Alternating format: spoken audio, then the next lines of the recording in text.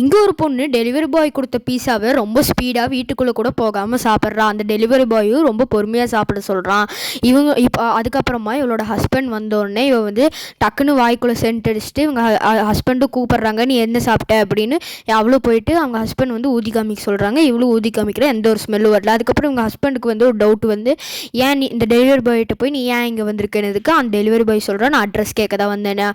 அவரும் வந்து பக்கத்து வீட்டில் தான் அந்த அட்ரஸ் இருக்குன்னு சொன்னோடனே இவனும் போய் ஒளிஞ்சுக்கிறான் ஒரு செடி பின்னாடி. அவங்க ஹஸ்பண்ட் போனோடனே இவனும் மறுபடியும் அந்த வீட்டுக்குள்ளே போய், அவங்களுக்கு ஏதாச்சும் பிரச்சனையா, உங்கள் ஹஸ்பண்ட் உங்களுக்கு கொடுமைப்படுத்துறாரான்னு கேட்குறான். இவனும் ஆமான்னு சொல்லிட்டு, இந்த மாதிரி எனக்கு அவன் சோறே போடுறதில்ல அப்படின்றான். இவன் இந்த டெலிவரி பாயும் சொல்கிறான், ஓகே இன்னி பிரச்சனை இல்லை, நான் உங்களுக்கு வந்து சாப்பாடு கொடுக்குறேன்னு சாப்பாடு கொடுக்குறான். அவளும் வந்து நல்லா சாப்பிட்றா. அதுக்கப்புறம் அவங்க ஹஸ்பண்ட் வீடியோ கால் பண்ணோடனே அவங்க ஹஸ்பண்டும் வந்து போய் வெயிட் செக் பண்ணு, அப்படி டெய்லி பண்ணுற மாதிரி வெயிட் செக் பண்ணுன்றா. இவளும் வந்து என்ன பண்ணுறதுன்னு தெரியாமல் தண்ணி பேக்கில் வந்து ஒரு பேக்கில் வந்து தண்ணி ஊற்றி அவங்க வந்து மேட்ச் பண்ணிடுறாங்க. இதுக்கப்புறம் அவங்க ஹஸ்பண்ட் பார்த்தா வீட்டுக்குள்ளே ஒரு கேமராவை செட் பண்ணி வச்சுருப்பா.